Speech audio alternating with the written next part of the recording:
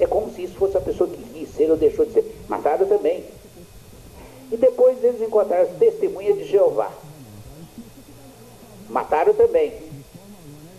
Mas o Hitler dizia que era cristão. Veja bem, ele tinha uma ideologia que queria fazer domínio do mundo, mas depois ele atacou o russo, todo mundo. Aí é outra história. Então são as versões que nós vamos ter. O americano, no final da Segunda Guerra Mundial, o Japão já estava derrotado, ele jogou 2 bombas, Nagasaki e Hiroshima. Matou mais de 200 mil pessoas, quase todos civis.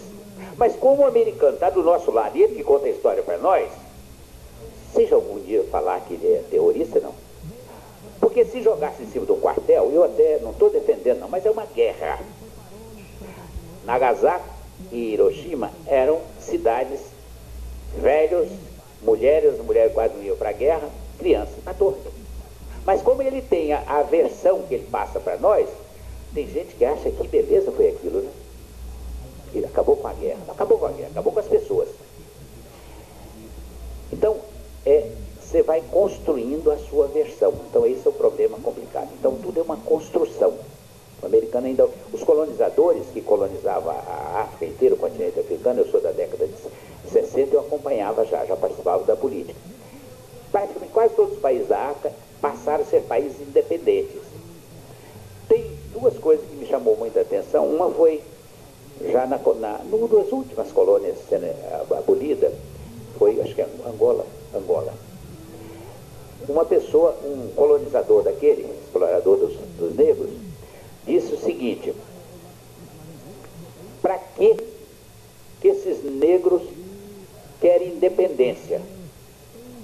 Se eles não sabem nem ler e escrever. Duro, né? Quase verdadeiro. E o negro, na sua simplicidade, disse: é por isso mesmo que nós queremos independência. 400 anos de colonização e nós estamos todos analfabetos ainda. Quer dizer, o negro estava sendo culpado por ser analfabeto. No nosso país tem muito isso. Você é analfabeta.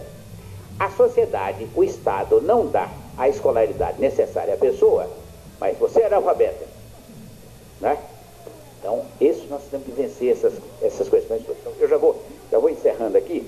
Bom, a Carla, ela falou a questão aí de quem procurar. Eu acho o seguinte, eu sou uma pessoa muito otimista, eu fui condenado a ser otimista.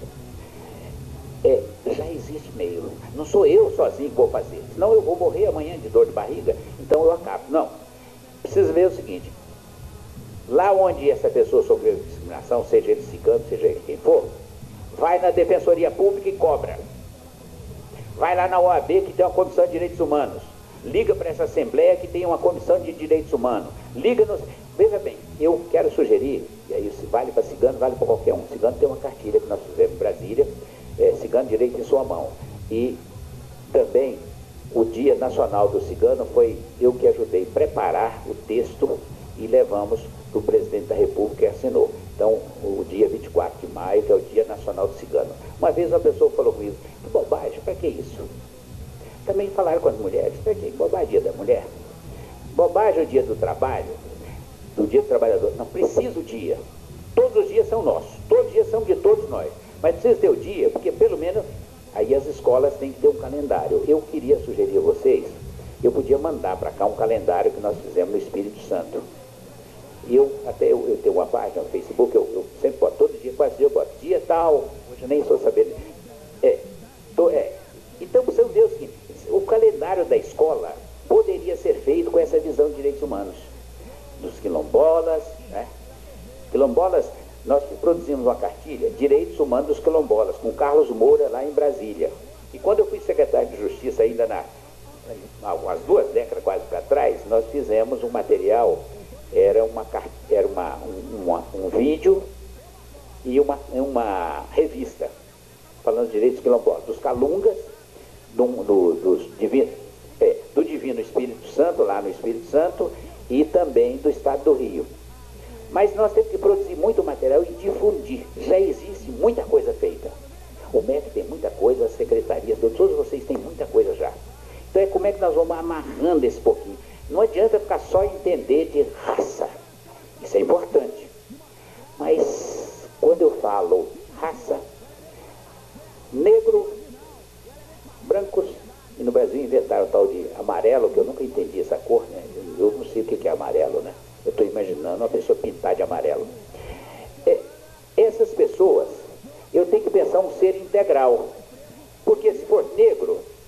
negro idoso, tem negro com deficiência, tem negro com deficiência, com algum tipo de deficiência, tem negro rico, pobre, universitário, intelectual, LGBT, religioso, ateu.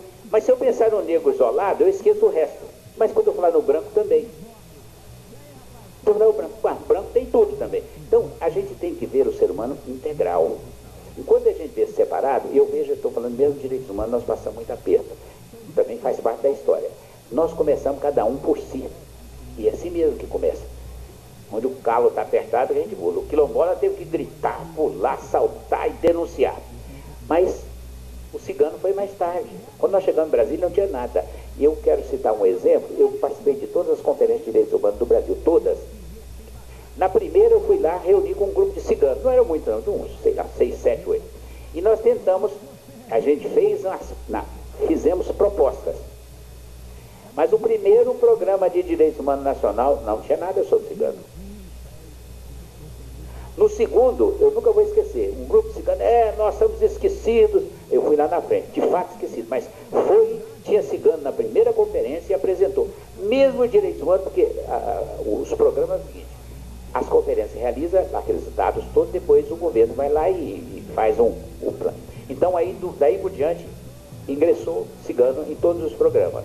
E foi criado, inclusive, uma comissão, o Conselho Nacional da Promoção da Igualdade. Tem cigano, tem pomerano do Espírito Santo, com esforço nosso, tem 150 mil pomeranos só no Espírito Santo. Santa Catarina também tem. E a primeira discriminação que eu aprendi na minha vida não foi contra negro, não, tá? Porque a minha família é muito cheia de negro. Nem cigano também, que minha mãe com dente de ouro, com aquelas roupas todas enfeitadas, então também não foi. Foi contra brancos, os pomeranos. Os pomeranos, eles eram pobres, analfabetos, não tinham título de eleitor e não votava. Então ele era discriminado. Até as piadas, tem muita piada de negro enganando o cigano, enganando o pomerano. Pomerano é o povo que veio junto com os alemães, as pessoas pensam, na realidade, hoje na região de Gdansk. Eles nunca tiveram terra lá na sua região, eles sempre foram muito pobres, massacrados pelos alemães, austríacos e massacrados pelos poloneses. E um grupo deles veio para o Brasil, tem muito no Espírito Santo e Santa Catarina. Então nós precisamos lidar com essas diferentes diferenças. Nunca pensar, porque eles falam, mulher, não, a gente fala generalidade perigosa. A mulher, de qual mulher eu estou falando? É uma idosa? É uma jovem? É uma professora universitária? É uma presidente da República? É uma mulher que está presa? É uma mulher que está presa ao crack no meio da rua? De qual mulher eu estou falando? Crianças. Quando a gente fala em criança, a tendência é você pensar um anjinho com aquelas asinhas bonitinhas. Aliás, por sinal, só tinha homens anjos, né? Eu nunca vi uma anja. Vocês já viram, não? Não. É isso que... Estou dizendo, a gente só percebe com o tempo. A gente não notava a falta de negro na televisão. Embora a maioria da população é negra. Ninguém notava a diferença, ninguém tinha uma boneca negra. Mesmo agora, se você for nas comunidades todas e levar a boneca negra e a branca, é possível que uma menina negra, é possível ainda, a mais bonitinha é essa. Não é porque ela não goste da sua cor, é porque a propaganda é tão grande em torno de um padrão de beleza que as mulheres sofrem mais do que os homens na questão dos direitos humanos.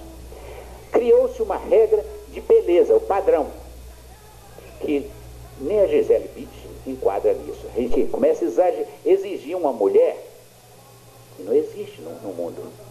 As mulheres são como elas são bonitas como elas são. Vá conversar com o índio para ver qual é o padrão de beleza dele. Vá conversar no campo, qual era o padrão de beleza. Padrão de beleza, antigamente, hoje já mudou, mas ninguém tem filho. Era uma mulher bem forte, porque ela, para aguentar o serviço lá e para ter muitos filhos. Era o padrão, gente, mas a gente ficou acreditando, aí tem que fazer 300 cirurgias. Um dia eu vi uma pessoa da Venezuela que ganhou um prêmio, ela tinha feito 70 cirurgias, concorrer a Miss. Aqui, mesmo que vocês queiram, vocês não têm dinheiro para fazer 70 cirurgias, então vocês já estão excluídos. Está entendendo que nós mesmos vamos criando armadilhas. O dia que eu entender branca, negra, todo mundo tem a sua beleza com a sua característica. E a gente montou padrão. A gente tem que acabar com os padrões. Eu já falei demais na sua vida.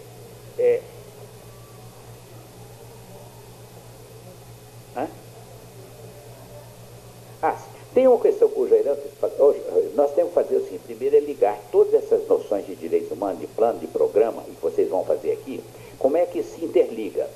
E nós falamos da rede, nós temos lá a descrição da rede capixaba, ela ajuda muito, porque nas escolas seria o ideal que fizesse montar isso aqui, que isso é coisa simples, não vai ser difícil. Quais são as violações de direitos humanos? Os professores têm que entender, porque chega tudo dentro da escola. Hoje em dia, tudo chega dentro da escola, tudo, não tem mais jeito. Então, o professor precisa saber o que é racismo, machismo, xenofobia, intolerância religiosa, isso, ele precisa saber. Mas só saber não basta, só conhecer o mundo não basta, precisa transformar. Onde eu vou denunciar? Aí precisa saber. Senão eu penso que eu sozinho vou resolver. Aí o pobre está caído na rua, não, eu vou em cima do CRAS, vou em cima do prefeito, do governador ou da presidente da República, resolver o problema. Aí, se não resolve, eu faço um abaixo-assinado, faço uma mobilização, enfim. Esse é o caminho. E o caminho de direitos humanos não dá muita tranquilidade a gente. A gente vai ver, sempre tem mais coisas para fazer. Sempre tem mais coisas para fazer. Você resolve um problema, surge outro, é assim. Então, é preciso criar essas redes. A rede, ela, como o ser humano é integral, não tem jeito de você chegar num lugar assim, bom, mulher, negra, esse é um item, mas ela é mulher. Mas ela pode ser com deficiência, mas ela pode ser idosa, mas ela pode estar presa.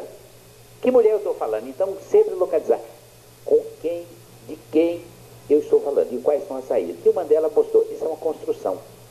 Quando eu vi no Espírito Santo uma experiência muito interessante, você já deve ter visto aqui. Lá tem um grupo, criou é uma ONG para cuidar das tartarugas. Tamar, Projeto Tamar. Foi aquele grupo lá que começa a proteger a tartaruga, mas no mar não vinha só a Tamar. Elas vão criar lá, vão desovar. Começou a aparecer outras tartarugas. O mesmo grupo cuidou das tartarugas. Depois tinha os animais que comiam a tartaruga. Então eles tiveram que entender sobre os animais, como evitar. Mas no meio do caminho, que eu muito bem te vi, aí aquele mesmo grupo começou a proteger. Hoje, aquela comunidade inteira protege as tartarugas, diferentes origens, o beija-flor, enfim, jabuti que aparece lá também, que não é tartaruga, não é tartaruga. Mas a gente vai devagarzinho, vai ampliando. Eu acho que isso não é de um dia para a noite. Direito humano não é feito de uma vez só, nem de uma vez por todas. Hoje já tem muita violação de direitos humanos, alguém citou na internet. Racismo na internet, defesa do fascismo na internet, está forte. Uma menina da Globo que fala sobre o tempo.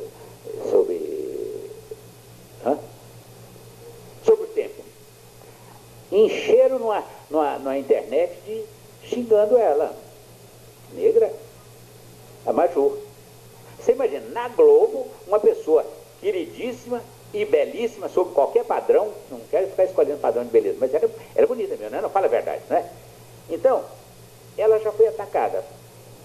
O Marinho, o Roberto Marinho, uma vez ele disse, e tem no livro, acho que está no livro do Paulo Henrique Amorim, um dos Marinhos um dia na conversa falou, eu não quero na minha televisão cara de negro e de desdentado.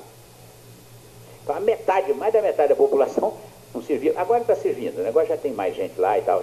Então a luta é um avanço, não é de um dia para a noite, não adianta a gente ficar desanimado. Então, procura a Defensoria, Ministério Público, Assembleia Legislativa e constitui essa rede. E pessoa com deficiência também do mesmo jeito, ele é negro, ele é branco, ele é idoso, é tudo. Não tem meios. Então acho que o caminho é esse, eu quero agradecer vocês muito. E quero que vocês levem para o secretário meu abraço, se eu puder eu vou ver se eu encontro ele.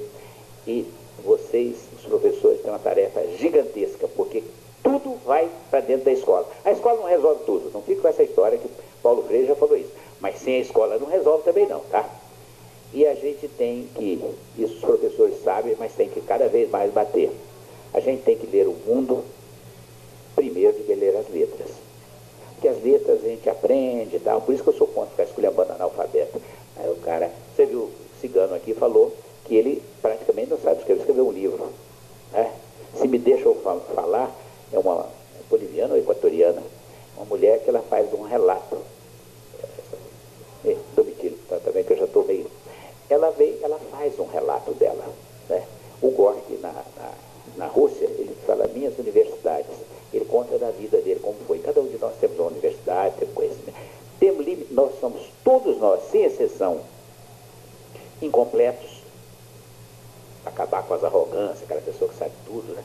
Todos nós somos incompletos. Nós temos que aprender com os outros. E a gente vai andar com os outros também, né? Só minhoca que é sozinha, né? O ser humano, para nascer, ele precisa dessa complexidade e respeitar as diferenças.